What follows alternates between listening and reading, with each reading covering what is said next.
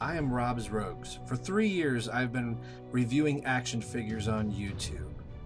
But I've decided I can't continue to review the things the way I've been reviewing them on YouTube. Well, I can, but I've got to expand my horizons. So I've decided I'm going to continue to read comic books, and I'm going to read them as many as I can, and in different locations that I can. I can't be the reviewer that I once was. I must be willing to take reading comics to the next level. Well, okay, well, maybe not here. But I think you get what I mean. I read one book, and then I read another. And then after that, well, I think you know what's... What are you doing? I'm reading something else. Yeah, what he said. Hello, everyone, and welcome to episode 3 of Rob's Sunday Comic Corner. Doing so many different shows, I sometimes get mixed up when I turn the camera on. Am I on a podcast? Am I on doing an action figure review? Am I doing this? So, welcome. It's Sunday, and it's snowing yet again. I'm looking right out my window here. So, at least here in Ohio, it'll snow for a day, and then the temperature will drop, and then it'll start to melt, and then it'll freeze, and then we'll have ice, then we'll have snow. So, what better thing to do than just continuing to read comics, being snowed in, as it were. This episode should be a little bit shorter, as long as this doesn't talk too much. I have 4 books, if I've counted them right. 1, 2, 3, yes, 4 books. And one of them I'm going to talk about this much about because I have, at the time I started doing this Sunday Comic Corner, we were already into the story, so I'll kind of talk about that once it's all complete, but I kind of want to say a few things about it. Issue 39 of Batman, Scott Snyder and Greg Capullo's run, is continuing on with the Endgame story. Now, this is the first time on the Comic Corner that I have talked about Endgame, and I don't want to jump into issue 39 because I believe this is the 3rd issue in the story so far. I think this is going to go 4, maybe 5 issues. I think it's going to go 5. It seems like Snyder's Joker story is about 4 or 5. Snyder said this is going to be the last time that he's going to write the Joker, and it's really meant to be more of a companion piece. One of the last stories that Snyder and Capullo did was Batman Zero Year, which is actually the beginning of Batman in the New 52. The story that happened before that was a 2-parter Clayface story that followed Death in the Family. So this is a little bit of time after Death in the Family, and actually the War Games, the Endgame storyline takes place after the events of Batman Eternal. So when Batman Eternal ends, the end of this month, being that it is March, the Batman Eternal might actually go into the first part of April, because I believe there's going to be 52 issues since since a year has 52 weeks in it. So that's kind of how that's going to be. I think at one point we were told there was going to be 60-some issues. But anyway, so some of this kind of seems a little disjointed a little bit, because we fast forwarded a little bit into Batman's timeline. But Snyder has said that he's kind of said it with everything, this is going to radically change the landscape and the status quo of Batman. And something really big does happen to a Batman character in this book. I've been saying, if you're watching the show, I don't want to spoil it for anybody, but if you have not read Endgame yet, I'll kind of leave that to you. So after Endgame wraps up, whatever Sunday that follows, I'll talk about the whole thing. Maybe I'll get a guest on the show and we'll do an Endgame Sunday Comic Corner, and it'll be a live show. I'd kind of like to get somebody in here to talk about this.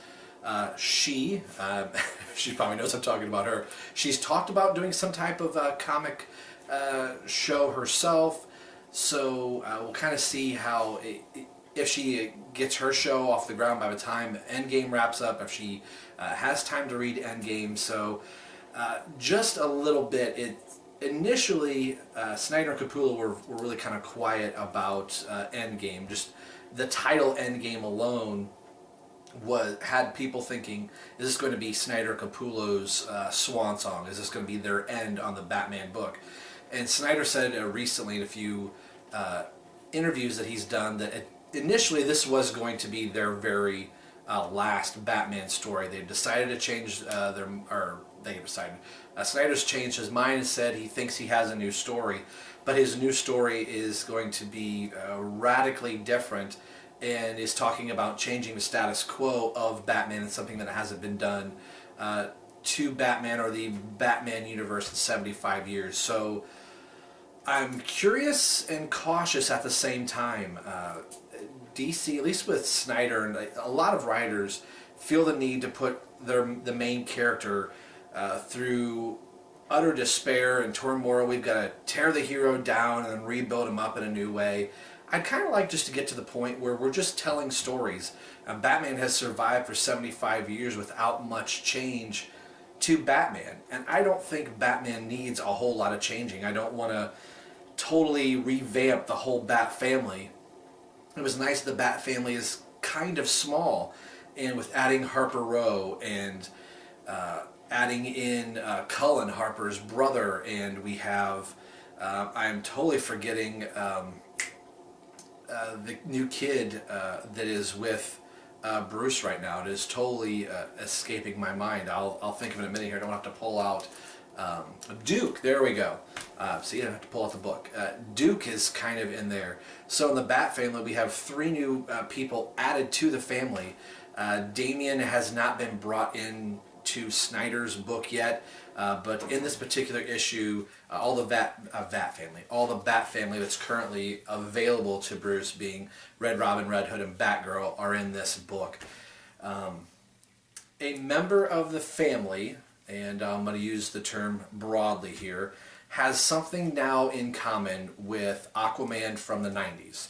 So if you remember what Aquaman looked like in the 90s, a member of the family now has something in common with Aquaman. I'll let you figure it out yourself. So normally I'll be talking spoilerish all on the books that I do here, but with this one I kind of wanted to leave it to you to read for yourself and go back and read the beginning of Endgame. I think it started with 36, I want to say, is where this started. So I think it may go to 40...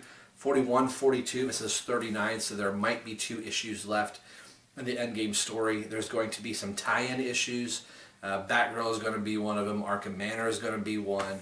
I think Detective Comics is going to get one as well. So after all of that wraps up, I'll talk about Endgame as a whole. There'll be an Endgame a Sunday comic corner. So I just kind of wanted to just touch on my feelings with this. It's been a really good story. It's kind of meant to be a companion piece, that we have this little bit of gap between Death of the Family and going into Endgame, probably a few months here or there. So there is some new development in the potential of what the Joker is, or again, I don't want to say too much. If you go online, I'm sure you can find out, but sometimes it's just better to just read the book yourself. So I'm not talking much about it. This is just more of my feelings on this.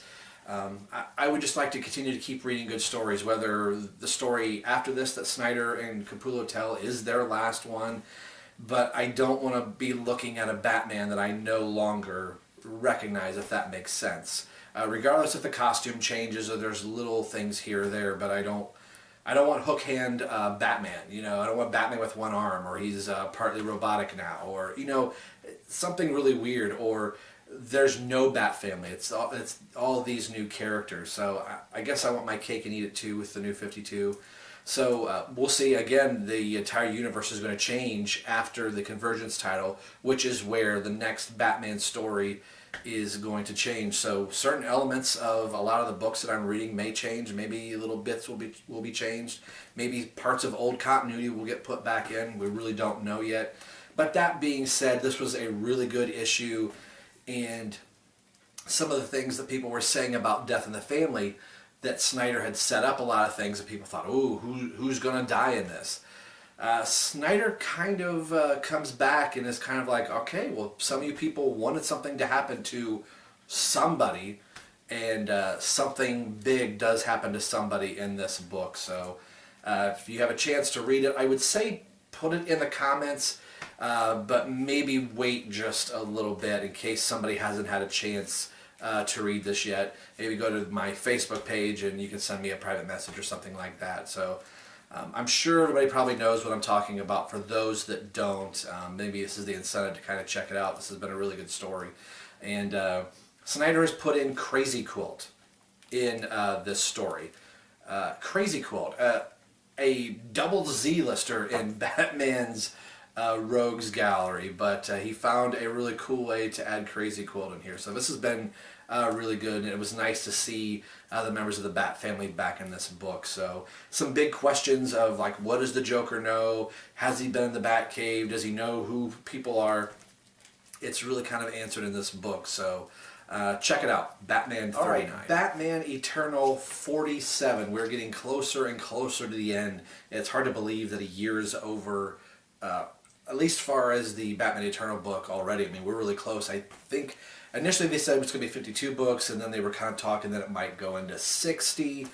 And I think that might count the tie-ins, which, if I remember the tie-ins correctly, I think technically there will be 62 some odd issues, because in a week we'll get in a couple weeks we'll actually get 3 books that tie into Batman Eternal, be it maybe Batman Eternal 51, and then you'll get Detective Comics and Batgirl in that same week that are tie-in issues as well.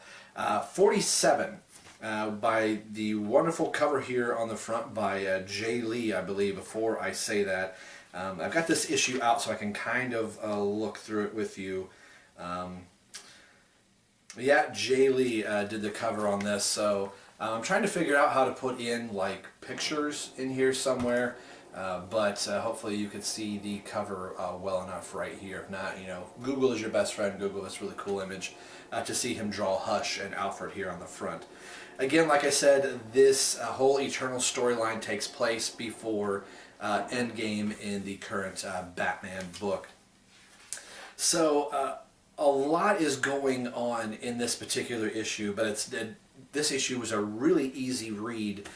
With there being a lot going on, it didn't seem really crowded as one of the last book that I'm going to talk about today.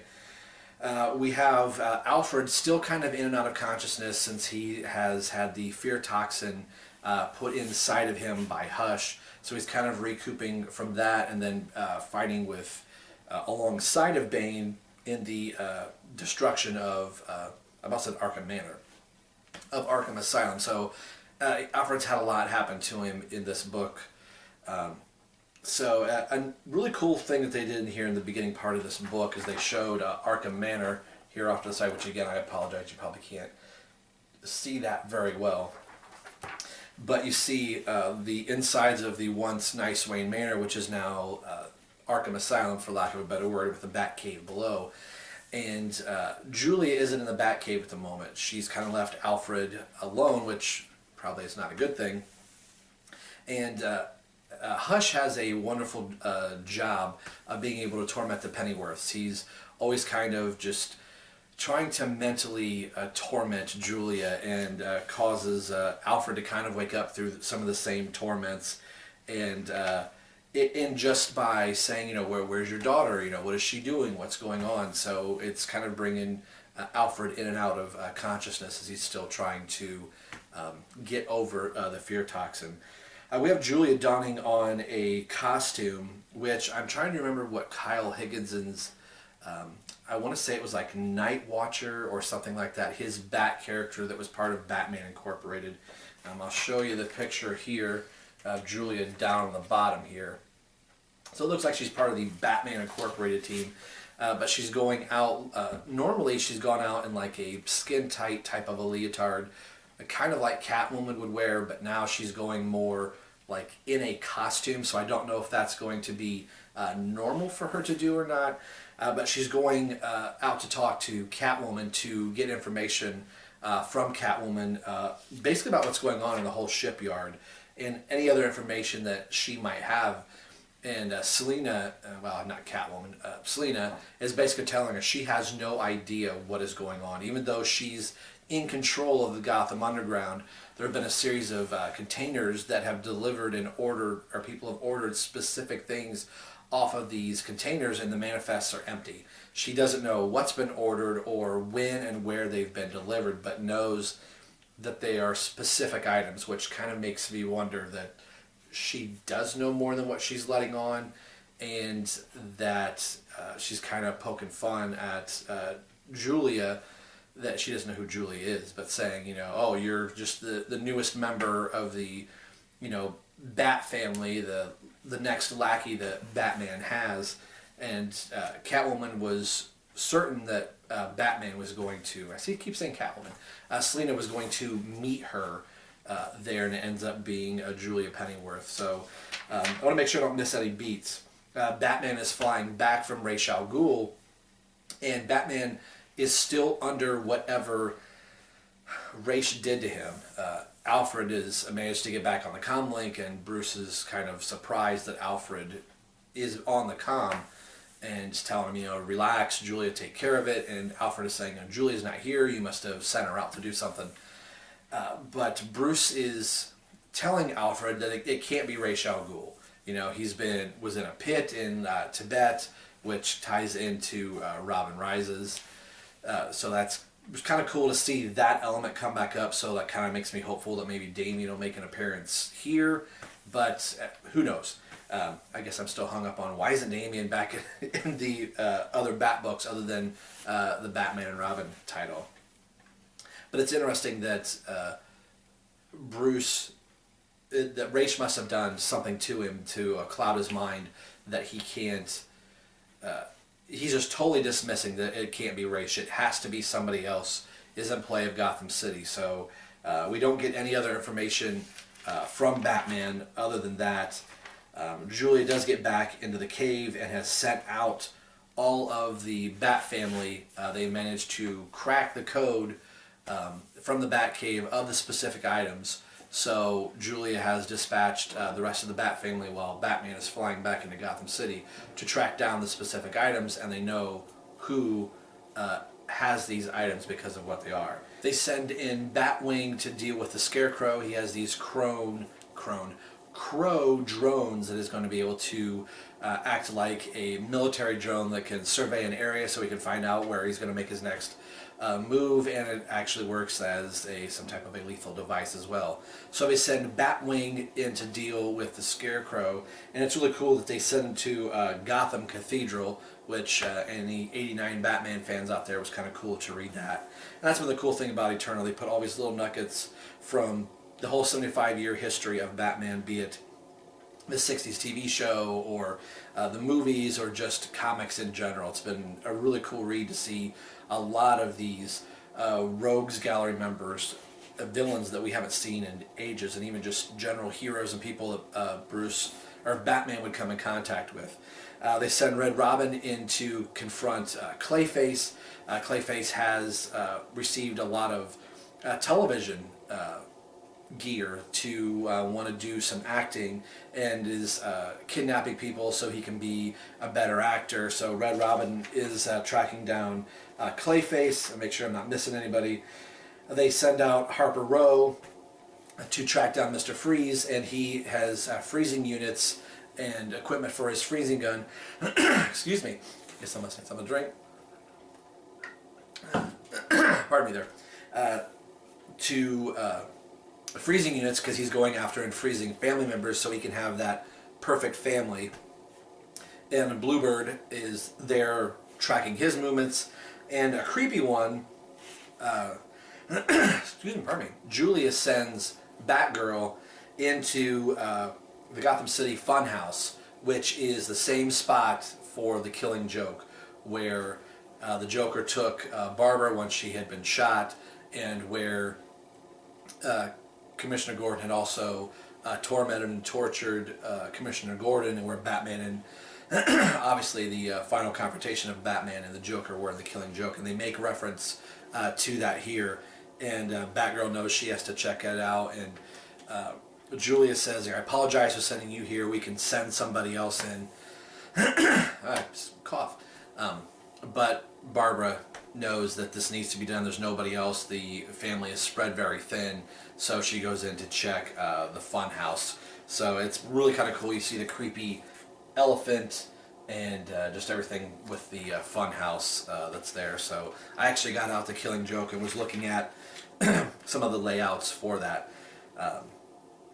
They also send Red Hood out as well, so it was kind of cool to see him back in the book. They send him out to a bar, and he ends up confronting Mr. Freeze. They confronts Bane in a really heavily armored type of a robotic type of a suit, and Jason goes in incognito, takes off his red hood, and is checking the place out. And before he knows it, he is upon a like cave match or not WWE but UFC Ultimate Fighter, and it kind of almost looks like Jason's put in the middle of it, but there's a bunch of other wrestlers that are coming into the ring, and Jason quickly realizes that it's this super almost looks like robotic Bane. So Jason has the unfortunate pleasure of trying to defeat this guy, but he's more of a spectator at the moment. And when we last saw Stephanie Brown, Redbird, I said Redbird, too many birds. Bluebird Harper Row had set up a taser in front of her. Basically said, if you move an inch, this taser is going to shock the crap out of you, because Harper had to go do stuff for the Bat family. Cullen, her brother, ends up coming home and deactivates the taser, and he's talking to Stephanie, and Stephanie is kind of saying, the whole Bat family is completely nuts, but maybe you're onto something. But the person that that Stephanie needs to go talk to, the one that has a lot of the information, is going to be Vicky Vale. So I'm kind of curious how Vicky is planning into this, and why Stephanie is thinking, or what does she know that Vicky knows, if that makes sense, or how does she know Vicky knows something. So I'm really intrigued by Stephanie Brown. I was kind of worried they were going to write her off as a one-note character. I thought, good, Stephanie Brown's coming back into the New 52, and Batman Eternal I thought was a really good place for her to come back in. And over a year we got a little blurbs here, a little blurbs there, but spoiler is very much a part of the story, but she's not an interconnected member of the Bat family. She's more of an outsider at the moment, so that's been pretty cool. I don't know how this happens, and I want to make sure I got all the beats.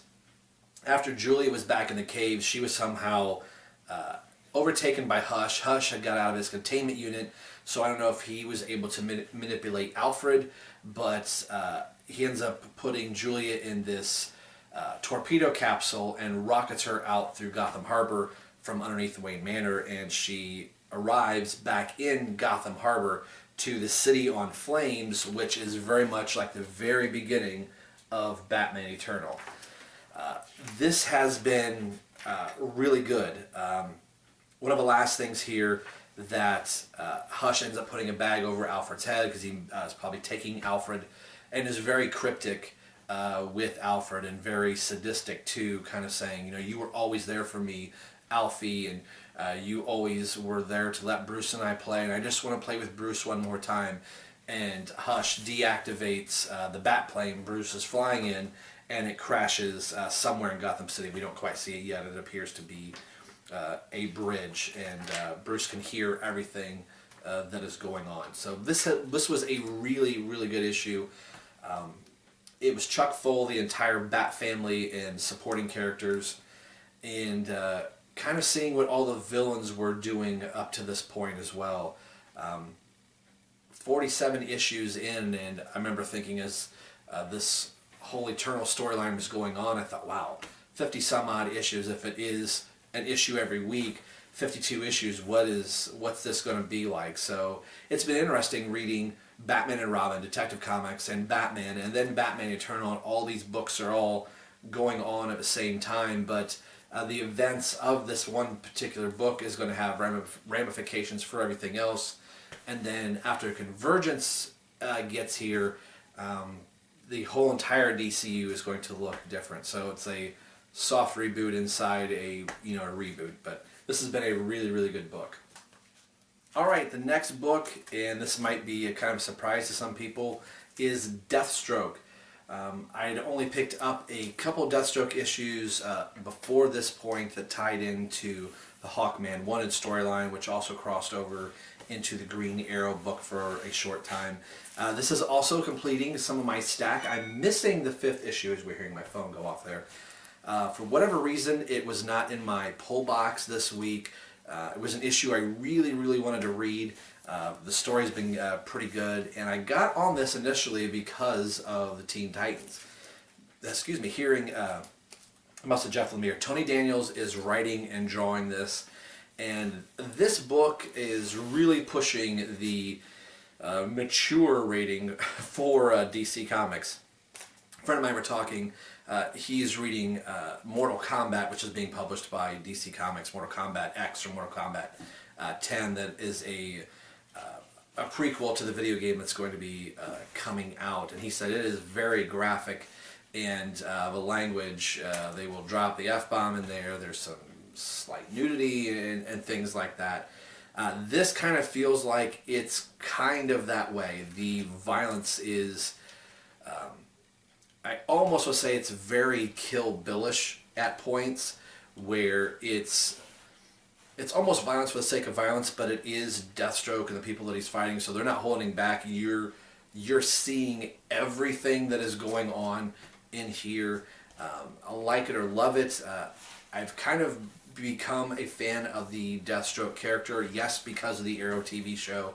I've kind of liked Deathstroke in passing, just from comics that I've read as a kid, and I've seen Deathstroke in a couple things. I kind of thought he was cool, but I had never read the Judas Contract. Shame on me. I want to read it, need to read it.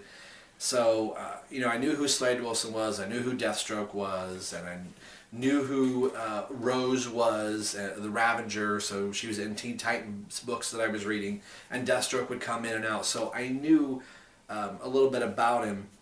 But this is another one of those books. Somebody was said, hey, after a while in the New 52, you're going to be reading a Deathstroke book. I would have probably said, no, probably not. And I do think it's due to the popularity of Arrow. And I'm a big action figure collector, as you know, and I really like the Deathstroke figure, and just a few things that I've read here or there. The basic part of this story, and something really big happens to Deathstroke, which, again, I'm not going to continue to say spoilers all the time, but the typical Slade Wilson, the eye patch wearing Slade Wilson, the old man, as he's referred to for a while, only appears in issue 1. He has Cocoon. He has a fight with Possum where he and Possum are totally blowing each other up to the point where there are chunks missing from Deathstroke. The part of his head and the back is exposed, his brain. He is barely dragging himself along. And there are a lot of characters in this book, and I want to make sure that I get everybody right, so I'm going to my trusty app here to my phone. Let me make sure I get this right. Aichi is the guy's name that Deathstroke ends up going to, and we don't know what happens entirely yet, but something happens to Deathstroke. When Deathstroke wakes up, he is about 35 years old. He has both eyes, looks very Bruce Wayne-ish, which Tony Daniels drew Batman for quite a while, so I see a little bit of that influence in here. Tony Daniels also decided to change Deathstroke's New 52 costume, which more represents the Arkham universe a little bit more than how he looked in the New 52, where he had almost the Judge Dredd shoulder pads. So he just kind of replaced the orange. I think gone is kind of the nth metal. Deathstroke has the ability to kind of regenerate and heal himself a little bit, kind of Wolverine, Hawkman-ish a little bit. So he has a safe house. Safe houses all over the world for wherever he is. He comes in contact finding out that his father, Odysseus, if I'm saying that right, is alive, is this... I guess he's almost like a being of some type. He has taken over for the League of Assassins. And that is because Ra's al Ghul, kind of at the time of this book, was in Tibet going after Damien and Talia.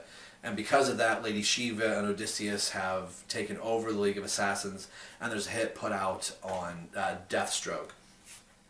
So Deathstroke wakes up quite some time later and finds out that Odysseus is after his grandson being Slade's own son, who is a being as well, which I'm not sure everything that's going on with the Jericho character. I don't believe it's the Jericho from Teen Titans, just a name. So my knowledge of the Deathstroke character and family and people that are in the Deathstroke book is only knowledgeable just in these 4 issues right here. I know Deathstroke was part of the Suicide Squad in the New 52, and that is made mention here as well. So he's trying to track down his daughter and his son, and they have information that he is looking for Odysseus.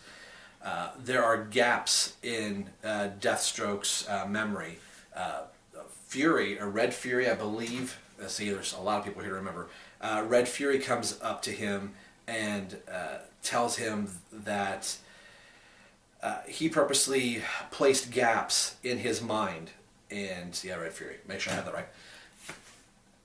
In part of the de-aging process, which I'm not entirely sure how I feel about them de-aging.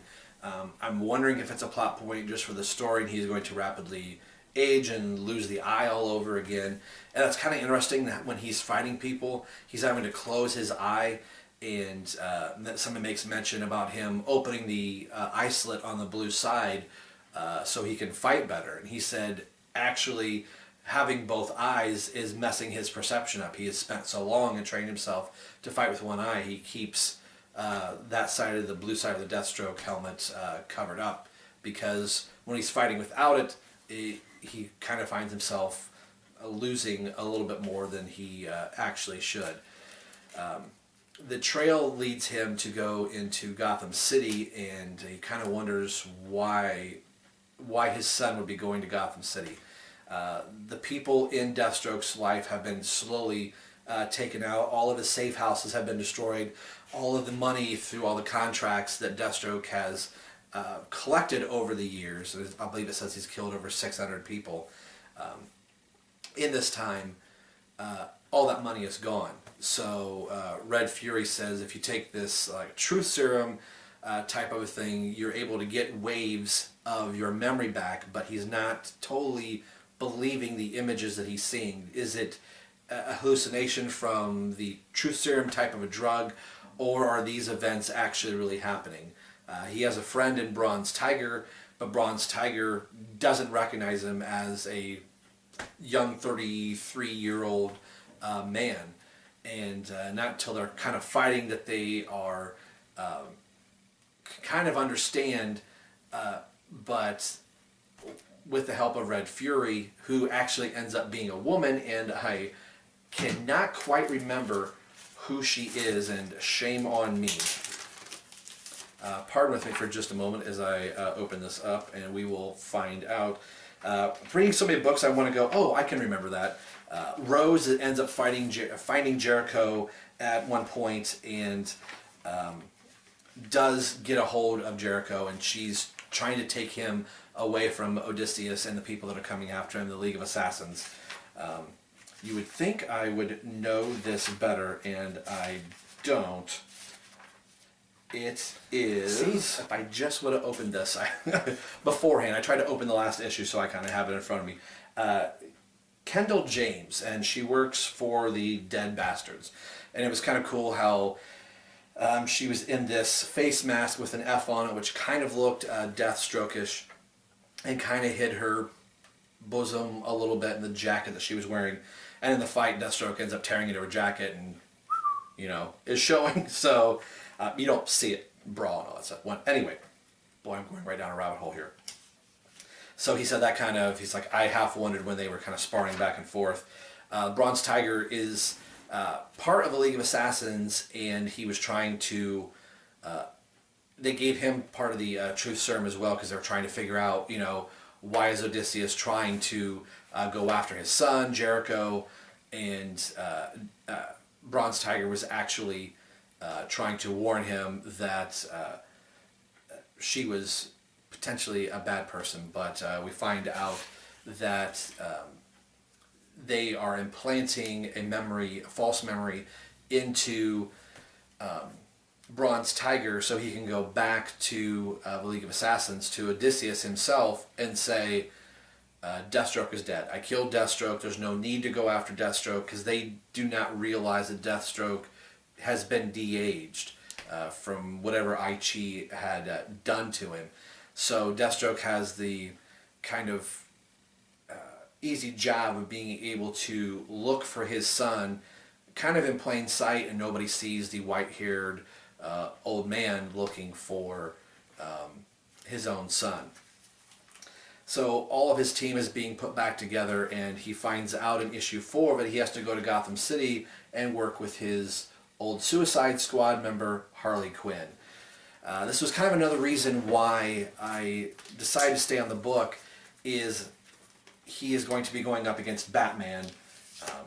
So seeing Tony Daniels draw Batman again, I thought was really pretty cool.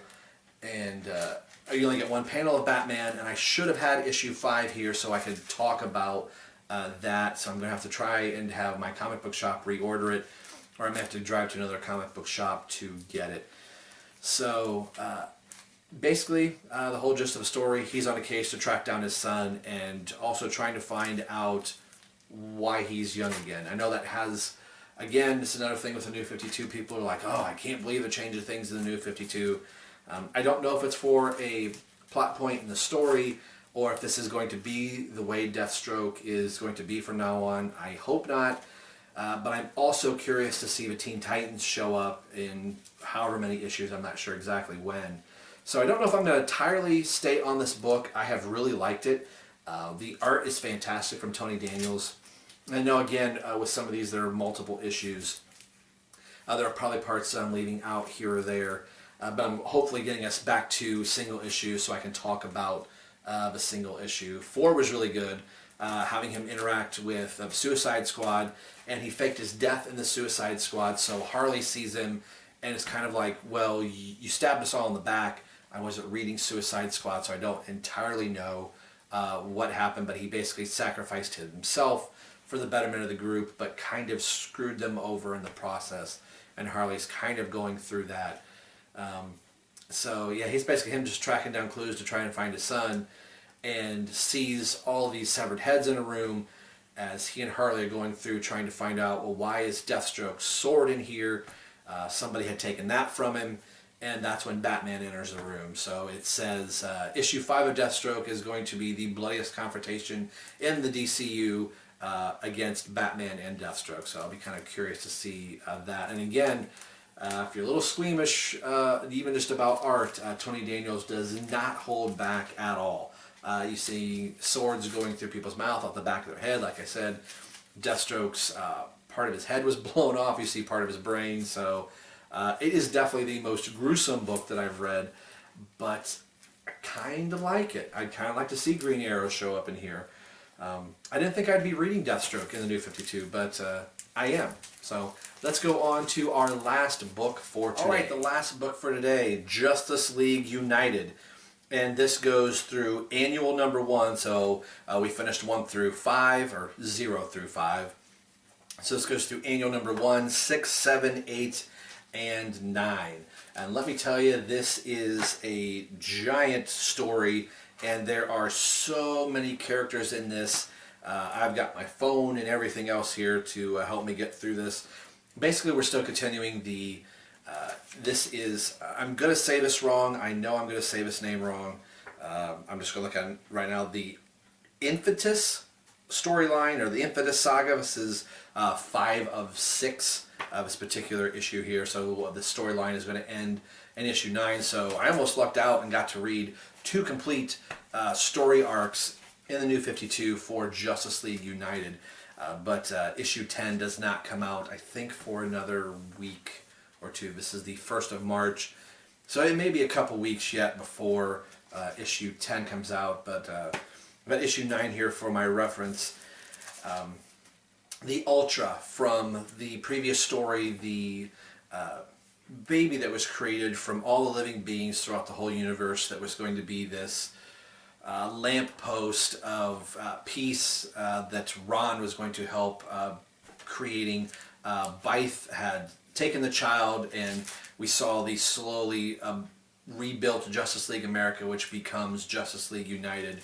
Was going to be Justice League Canada, but they decided to be called United instead. They work out of Canada, which is kind of, I would say it's interesting. We've had Justice League Europe, Justice League Detroit, and America, so it's kind of cool that Canada gets their own Justice League with a bunch of Americans and a couple Canadians, being, I think, Animal Man is one. We have Alana Strange and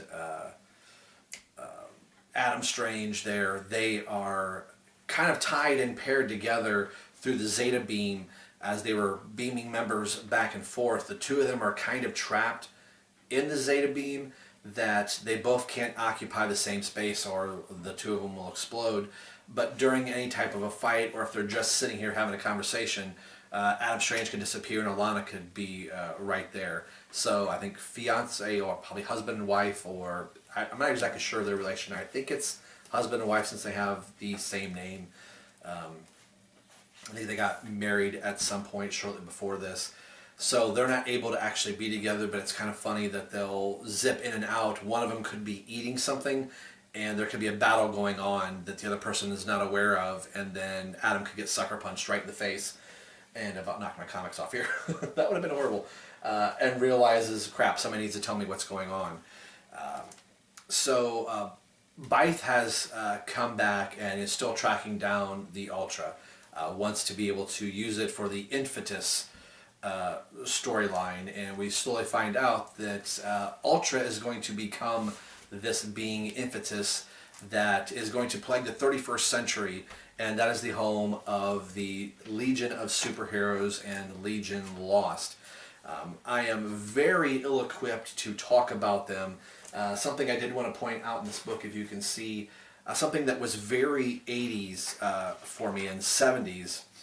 If you read any of the comics in the 80s and 70s, I don't know if you can see the long list of people. These are all their faces here off to the side. Again, this is probably really poor. I apologize very much here. This is a picture of the Legion of Superheroes that they would do. If you had people that were in multiple storylines, they'd put their head up. It would say Martian Manhunter, Adam Strange, Supergirl, Animal Man, underneath all their heads. They were doing that through the first run of the books until we kept adding characters.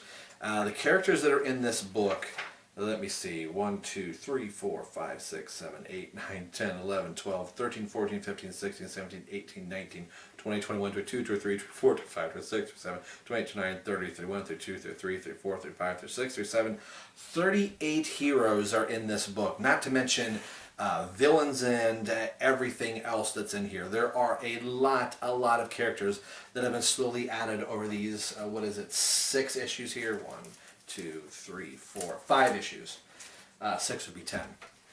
So I'm getting a real big crash course. I was kind of sending text messages out to Stu because we have Mon El in here, which is obviously a Kandorian person. I think it's got some of Superman's power sets that Superman is affected by, can be killed by kryptonite. Mon-El can be killed by lead. So it doesn't go into all of that in here. Again, this is the new 52 incarnations of all these characters, so I'm not sure who's here, who's not. Brainiac 5 is here. And this has been a really good story. I can't tell you enough good things about Justice League United. It was one that I was kind of like, well, I'll wait and I'll see, and I kept it in my hold, and I got up to 9 issues here before I slowly started to read it. So that's one a month. That's 9 months of books that I hadn't read, and I thought I need to start reading these books. I have all these stacks of books everywhere, and because of doing this segment, I've been going through a lot of my books pretty quickly and get a chance to talk. That's the whole point of doing this, as being able to talk about the books that I'm reading. So Again, I'm apologizing right up front. Me reading so many books. I read all of these books today and then Saturday, getting ready for this. So my notes were so huge that I thought I'm just not going to have a set of notes here. We kind of flip through the books as we've been talking. So once I get to the point, like when issue 10 comes out, I'll be able to talk just about issue 10. So I'm just trying to give a story reference that once I can hit single issues for all these, the discussion won't seem as like, oh, you forgot about this, or you mispronounced that character's name, or you totally left that section out. Yeah, I've been reading a lot, but I'm enjoying everything that I'm reading. Equinox is the newest member of Justice League United, and Mylema, I believe is her name, the Native American woman that is now part of Justice League United. So if they were calling her Equinox, I totally missed it in the first 5 issues. I think she actually makes her appearance in Future's End, which is my last largest stack, and I have 30 some odd books to read for that. So there is going to be a Future's End edition that is just going to be a giant talking portion about the book. But yeah, they're tracking down Ultra, and what kind of leads Justice League United on their adventure, as it were, Hawkman's communicator device had been activated. And they thought, well, they've taken, because Hawkman had died in the previous issue, and the Thanagarians had taken Hawkman's body back for a proper burial. And I kept thinking, well, the nth metal kind of regenerated his hand after his arm after Lobo hacked it off. There's a lot of hacking off of arms, legs, and stuff in the DCU right now. So I kind of thought that Hawkman's not going to die. That's just a plot point. So they send a small group of the Justice League United, where Martian Manhunter is working with Ultra, and the rest of the Justice League United that is in Canada. And then slowly and surely, Bythe ends up coming back. We find out that Bythe had intercepted Hawkman's body with the help of Lobo, and after the nth metal kind of wrapped Hawkman in a cocoon, Bythe was able to brainwash Hawkman into saying it's actually the Justice League that had killed you, your so-called friends. So in the brainwashing aspect, that Bythe is kind of like Martian Manhunter, can kind of get into your mind. He's a shapeshifter, has a lot of tentacles, kind of looks like a slug or a potato when he turns into his real form. It's got this weird mouth and tentacles. It's kind of crazy, but it's drawn really cool. Jeff Lemire and Edwards as the writer and artist, respectively, on this book. I am thoroughly enjoying this book. A lot of my favorite characters are in here, and I think the thing that I like about it the most is this reminds me of a book that I would beg my mom for when I was a kid going through the grocery store. That, oh, I want, the Batman book, I want Superman. And my mom would be like, well, here's a Justice League book. It has all the characters that you want in it, and it saved my mom from having to buy every single one of these books. I like Supergirl. I like Green Arrow, although I am reading Green Arrow. I like Hawkman. I'm becoming a fan of Animal Man. I'm just looking at all the characters on here. Martian Manhunter. So I'm getting to read all of these characters all in this one book, and it kind of puts me in that mindset of what I refer to as a grocery store book, that I get this giant adventure in one book with a lot of my favorite characters in the DCU.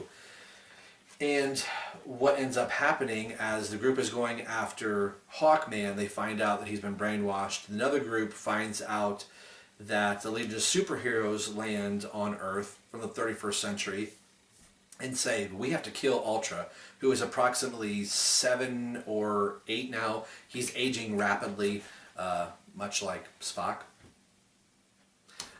On Genesis, that he's getting smarter, he's getting more intelligent, and the Legion tell him that he is going to turn into this being called Infidus, and he's going to destroy Earth and worlds of the future. So the Legion is there to basically pull a bullet in the brain of this kid, saying, we have to stop this right now. And of course, Martian Manhunter and the rest of the Justice League United don't believe it. That can't be true. There's got to be another way. around it. In the meantime, we have a confrontation with the first reveal that Hawkman's alive, and now he's fighting Green Arrow, and they quickly realize that Bythe is in complete control of Hawkman, so now they're kind of fighting against their own. Bythe is able to re-kidnap, because of Iran, the teleporter is still working, so everybody's getting zeta beamed all over the place, and with the help of the Legion Lost, they also arrive. So we have the Justice League, we have Legion Lost, we have the Legion of Superheroes. There's an all-out war to go after Bythe to try and make this kid, to either kill him or to stop him from becoming the being Infidus that he is going to become. But because the time streams are all pulling, Infidus is actually there at the same time that Baby Ultra is. It's a crazy story, and it's running through 5 issues right there to try and spit all that out. There is a lot going on. I think it's an Infinity Bomb, if I read that correctly, that Brainiac 5... where did I see that at? Yes. The Infinity Bomb. That is basically going to create this giant black hole that is going to suck Infidus into the black hole and get rid of him, and they can try and deal with the kid. Bythe and his men are in a full-out battle with, the 28, almost 30 heroes there, so there's a lot of people in a Legion that I have no idea who they are, but they're all really kind of funny, and they all have their different power sets. I believe somebody like Chapman Films, if I remember correctly, is a big Legion fan, and I think ODC That's Me is also a Legion fan as well. So maybe you can help school this guy on who all these other characters are, but they're really kind of cool to read. So this is my summer movie comic book, just the really big, over-the-top 2 stories back to back that are really interconnected. So 10 issues here, with the 11th one, which is actually issue 10 if you count the annual that's in here, of this giant story. And they get control of Bythe. They are able to kind of subdue Infidus, and Brainiac 5 ends up igniting the Infinity Bomb that creates this wormhole, this black hole rather, and everybody is being sucked in towards it. So that's kind of the cliffhanger that it leaves for the last issue of this story arc. I didn't think getting into Justice League United was going to be this many characters, but it's been a great read. So if you're somebody that's kind of want something a little bit different, you have, normally with the main Justice League, you have your Batman, Superman, Wonder Woman, Aquaman. Everybody's kind of in their defined roles, but the Justice League United, even though the main Justice League has their own individual quirks and power sets, this has actually been a really funny book. So for people that are saying, oh, the DCU is just serious all the time, everything is all dark and, it's all bad and blah, all that type of stuff. Justice League United actually makes me laugh out loud when I'm reading it. The banner between Green Arrow and Animal Man is funny. Adam Strange and Alana Strange getting beamed back and forth constantly is quite funny. Kara, Supergirl, is still kind of afraid of her power set. She was a Red Lantern for a while. So Green Arrow, on kind of the off missions, he's the Scotty of the group, going like, hey, I'm in charge right now on this mission, or I guess could kind of be the Sulu of the group on their away team missions, and you've got Kara just blazing right into a firefight, and Arrow going, is nobody going to pay attention to me? And Animal Man going, dude, when have we ever paid attention to you? So it's been really funny. Then you have the serious John Jones, which some of these characters, I think just from watching Justice League Unlimited cartoon series, I hear all these voices. When I read Batman comics, I hear Kevin Conroy, I hear Mark Hamill. So but Justice League United really feels like the Justice League Unlimited cartoon show with just the vast array of characters and some of the new characters. Equinox has a really cool power set just from having that Native American heritage in her, where she can call out wolf spirits and all these different cool things. It kind of looks more like a ice blast of sorts. Each of the members of the Justice League United that can't fly like Green Arrow were given Legion rings that kind of puts them in like a stasis type of a bubble. That is pretty cool. So having Green Arrow trying to learn how to fly with the ring is really kind of funny. So this has been a really, really good run, and I liked Jeff Lemire's run on Green Arrow, and I was sad to see him go. So getting to read that kind of funny, whimsical Green Arrow in here, he's heightened that up in this book. So this is a brighter, lighter book. Yes, there's a wormhole that's going to go, and our universe could potentially end, and the Futures universe could potentially end. So it's just been a lot of fun. So with that being said, we are at the end of this week's Rob's Comic Corner, and I'm sure I probably went an hour again. But thanks for tuning in. Thanks for watching. This is a lot of fun. And I have one more book that is about 5 issues thick that I'm behind on, other than Futures End, which you'll probably start seeing Futures End start to creep in more quantities. But, excuse me, lost my breath there. Batgirl. I hopped back on the Batgirl title after the Batgirl Wanted storyline that Gail Simone was writing, and the Batgirl book was just so down, and I was paralyzed for a while, and now I'm not, and it's just always so moody. I was really wanting Gail Simone to write just a great Batgirl, and I found her really boring to read.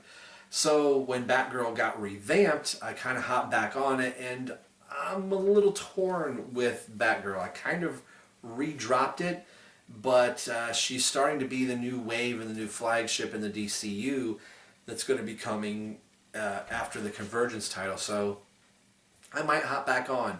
I really have only read the first issue, so probably next week I will have the 5 issues read, and I can actually talk intelligently about Batgirl. Maybe this will be something that I'll, hop back on. So anyway, before I hiccup myself out of here, thanks for watching, and we'll see you guys next Sunday.